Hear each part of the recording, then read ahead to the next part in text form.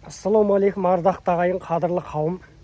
Ділмар үйірмесінің әлеуметтік желідегі оқырмандары мен көрермендері, сіздердің бізге жасаған қолдауларыңыз, жазған пікірлеріңіз, басқан лүпілдеріңізбен ой бөлісіп таратқандарыңыз үшін алғыс айтамыз.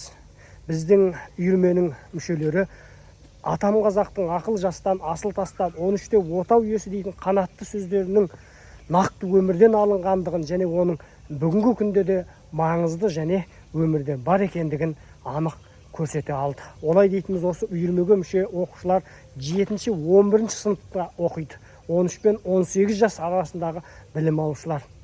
Сіздер олардың тынбай, талмай еңбектеніп жатқанына, бабалардың сөзімен мұрасын жақсы сөзбен, жақсы әрекетті насихаттап жатқанына куә болып жүрсіздер. Мынау жаманшылығы мен жалғаншылығы көп өмірде жасыратыны жоқ.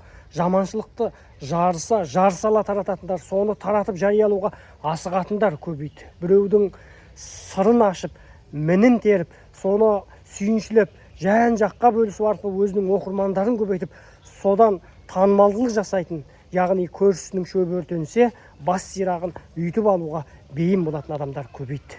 Осындай кезеңде біздің үйірменің мүшелерінің жасаған, жариялаған жазбалары азда болса жаманшылықты азайтуға, жаманшылық пен жақсылықтың таразысын ең болмаса теңестіруге, немесе жақсылықты басым етуге әрекет жасап жатыр. Осы арқылы Мағжан Жұмабайдың қарлығаштың қымбаттығы тасыған суының молдығында емес, ниетінің адалдығында дейтін қанатты сөзін дәлелдей алдық.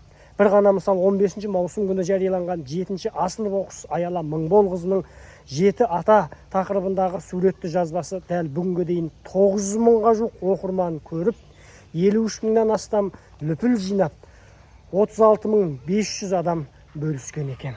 Одан кейінде 3 оқушының 4 жазбасы 10 мыңнан астам оқырманға ұнаған екен. Қазір біз қарқынды түрде, белсенді түрде ұлттық құндылықтарды, ұлттық тәрбиені, ұлттық жәдігерлер мен мұраларды насихаттап жатырмыз.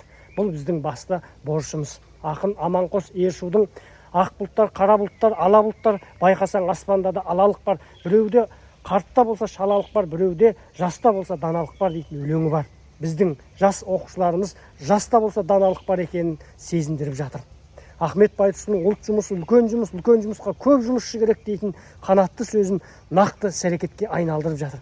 Осы арқылы ұлттық құндылықтарды кішкентай жүрегімен үлкен қадамдар жасау арқылы бүгіннен бастап насихаттауда. Сол үшін біздің жазбаларымызды мұқият көріп, бақылап, ой бөлісіп, таратыңыздар, сақтаңыздар, өздеріңіз осы құндылықтардан пайдалы мәлімет алыңыздар. Ел аман, жұрт тыныш болсын.